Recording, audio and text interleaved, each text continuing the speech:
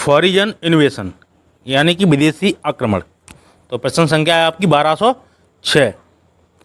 तो निम्नलिखित पार्थियन शासकों में से किसका शासनकाल प्रसिद्ध शिलालेख तख्त ए वाई में निश्चित रूप से निर्धारित किया गया है? माओस में, बोनोनीज में, गोंडोफर्नीज में, अपोलोरियस में। तो प्रश्न क्या है आपका? पार्थियन शासकों में से किसका शासनकाल प्रसिद्ध शिलालेख तख्त ए वाई में निश्चित रूप से निर्धारित किया गया है? तो किसको निर्धारित किया गया है? गोंडोफर्नीज को। अगला प्रश्न 12/7। निम्नलिखित में से मगध का कौन सा राजा सिकंदर महान के समकालीन था? घनानंद, महापद्मनंद, शुक्लप, चंद्रगुप्त मौर्य।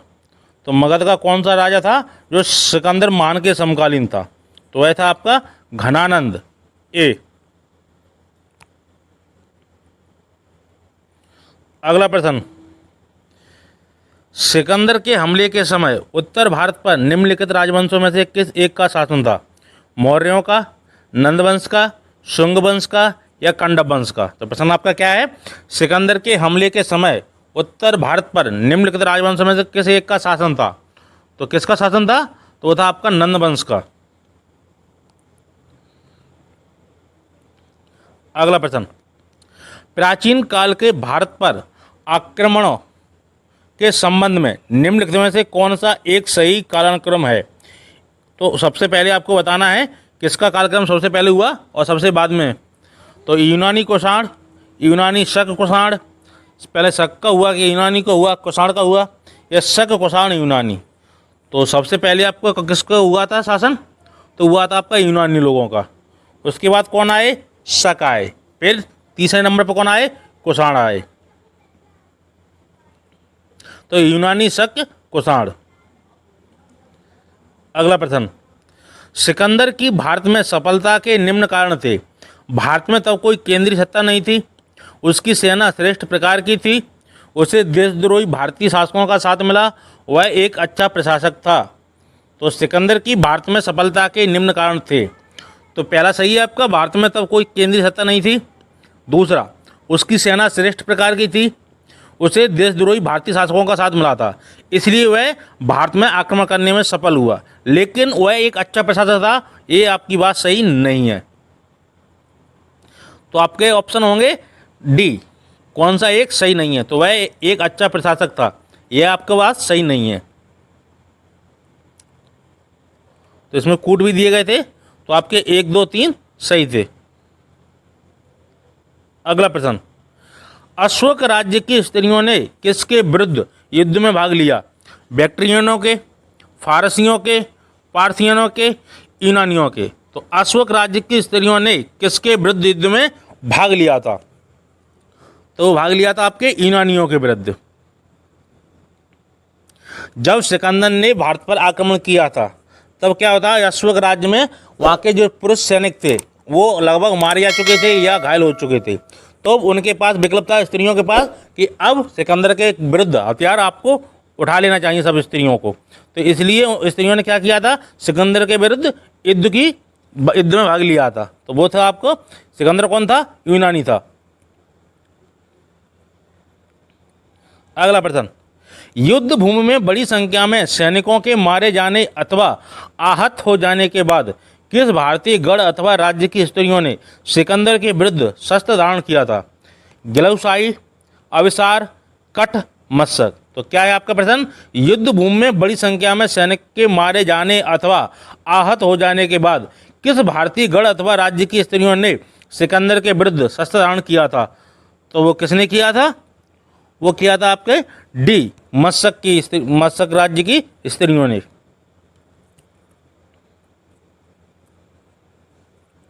अगला प्रश्न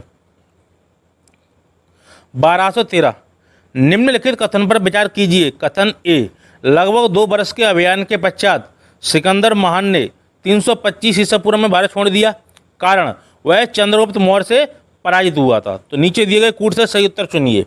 तो कथन आपका क्या है कि लगभग 2 वर्ष के अभियान के पश्चात सिकंदर महान ने 325 ईसा पूर्व में भारत छोड़ दिया था, ये बात आपकी सही है। कारण वह चंद्रगुप्त मौर्य से पराजित हुआ था। तो ये बात आपकी सही नहीं है, क्योंकि उसका कभी चंद्रगुप्त मौर्य से सामना हुआ ही नहीं। सिकंदर के जाने के बाद भारत में चंद्रगुप्त मौर्य का शासन शुरू हुआ था। अगला प्रश्न 12 से 14, निम्नलिखित में से कौन सिकंदर के साथ भारत में नहीं आया था? आने सिक्रेटस, नियाकर्स, डायमेकस, अरिस्टोब्यूलस। तो प्रश्न क्या है आपका? निम्नलिखित में से कौन सिकंदर के साथ भारत में नहीं आया था? तो कौन नहीं आया था? तो यह नहीं आया था आपका डायमेकस। डायमेकस किसके संबंध में, किसके दरबार में आया था? तो आया था बिंदुसार के दरबार में। तो सिकंदर के साथ भारत में नहीं आया था डायमेकस, है ना। डायमेकस कब आया था? जब बिंदुसार का राज्य चल रहा था, शासन चल रहा था, तब वो बिंदुसार के दरबार में दूत बन के आया था। अगला प्रश्न है 1215, 5वीं शताब्दी ईसा पूर्व में भारतीय प्रांत निम्नलिखित को 320 टैलेंट स्वर्ण वार्षिक कर के रूप में देता था। फारस देश के लिए, ग्रीस के लिए, बैक्टीरिया के लिए, चीन के लिए। तो प्रश्न क्या है आपका? 5वीं शताब्दी ईसा पूर्व में भारतीय प्रांत निम्नलिखित में किस राज्य को 320 टैलेंट स्वर्ण वार्षिक कर के रूप में देता था? तो वो किसको देते थे? वो देते थे आपके वो देते थे आपके फारस के लिए। जो फारस देश था तो उसमें क्या करते थे भारतीय राज्य कि वहाँ पे कर के रूप में क्या देते थे? 320 टैलेंट स्वर्ण वार्षिक।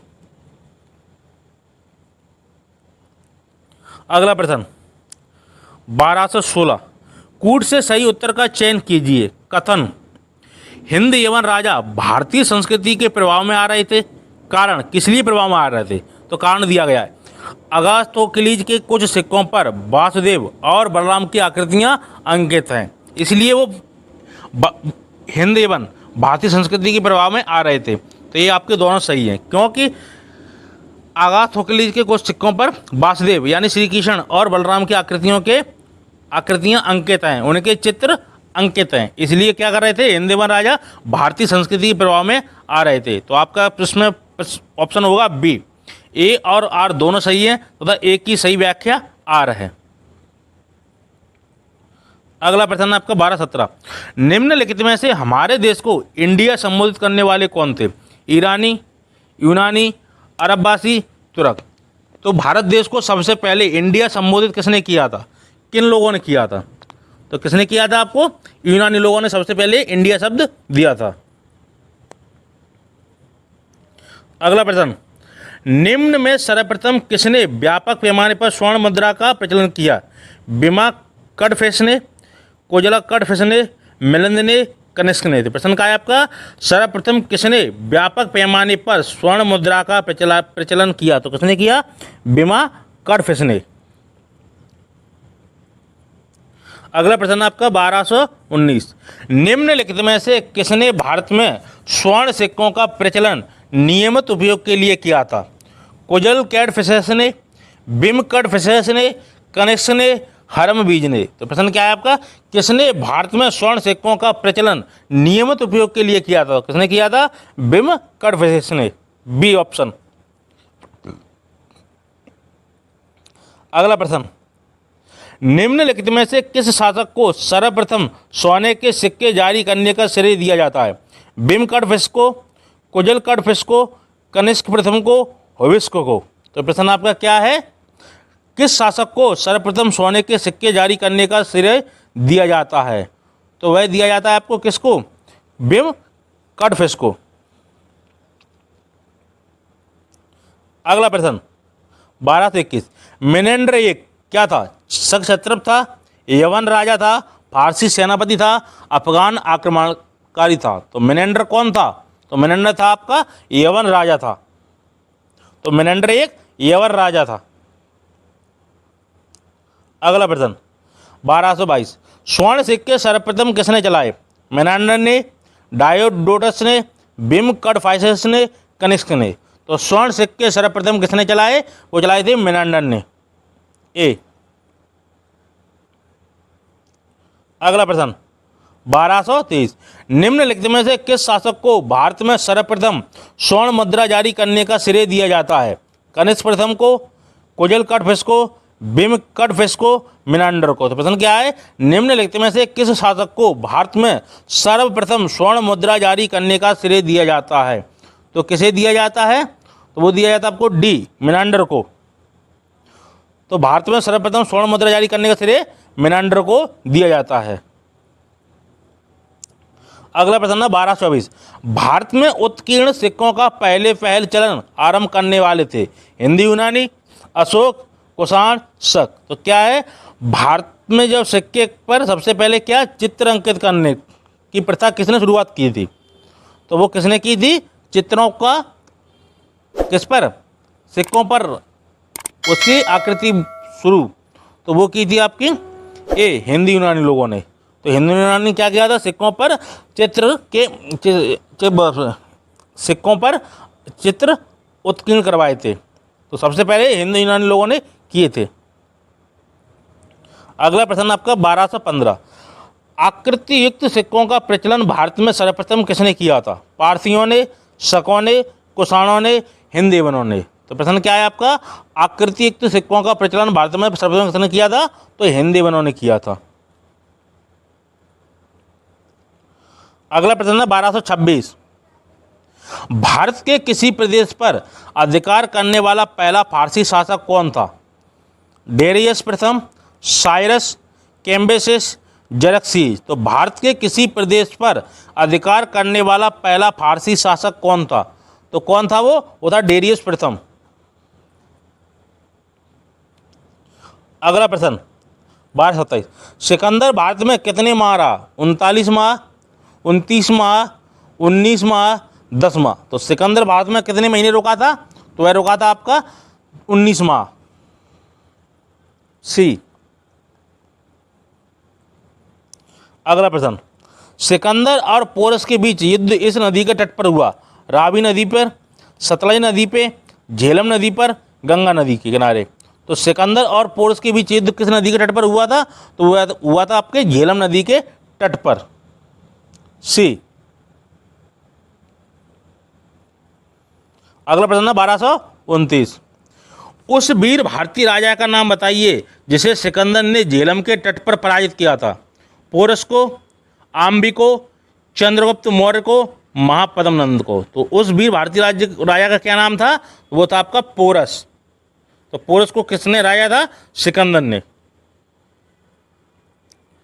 अगला प्रश्न है 1230, निम्नलिखित में से किस राज्य का शासक डायोडोटस प्रथम था? बैक्टीरिया का, पार्थिया का, अराकोसिया का, जेड्रोसिया का। तो किस राज्य का शासक डायोडोटस प्रथम था? तो वह किस राज्य का था? वह था आपका बैक्टीरिया राज्य का। अगला प्रश्न है 1231, किस चीनी जनरल ने कनिष्क को हराया था? पानयांग को, पेन चाओ, सी हुआंगटी, होटी। तो किस चीनी जनरल ने कनिष्क को हराया था? तो किसने हराया था कनिष्क को? तो वो हराया था आपको पेन चाओ ने। तो पेन चाओ कौन था? चीनी जनरल था जिसने कनिष्क को हराया था, है ना।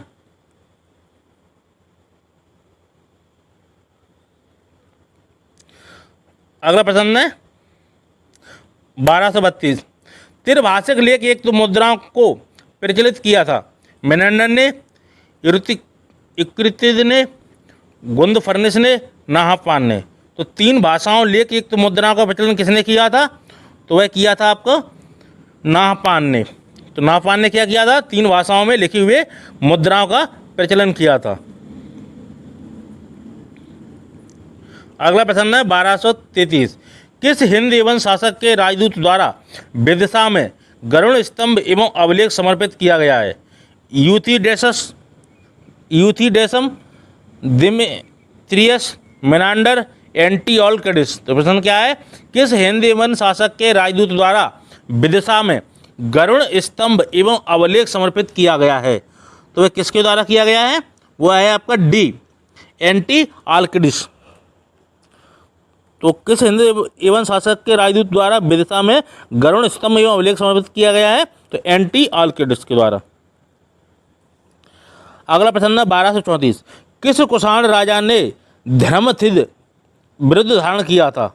तो कुजल कद प्रशस्त के, बिम कद प्रशस्त के, कनिष्क मान के, हुविस्क ने। तो प्रश्न क्या है, कौन सा कुषाण राजा था जिसने धर्मथिद विरुद्ध धारण किया था? तो किसके विरुद्ध किया था? तो वो किया था आपका ए कुजल कदफिसिस के। अगला प्रश्न है 1235, पहला ईरानी शासक जिसने भारत में कुछ भाग के अपने अधीन किया था? कैम्बिसेस ने, साइरस ने, डेरियस प्रथम ने, क्षयार्थ ने। तो पहला ईरानी शासक जिसने भारत के कुछ भाग को अपने अधीन किया था तो वह कौन था? वह था आपका सी डेरियस प्रथम। तो पहला ईरानी शासक जिसने भारत के कुछ भाग को अपने अधीन किया था वो कौन था? डेरियस प्रथम।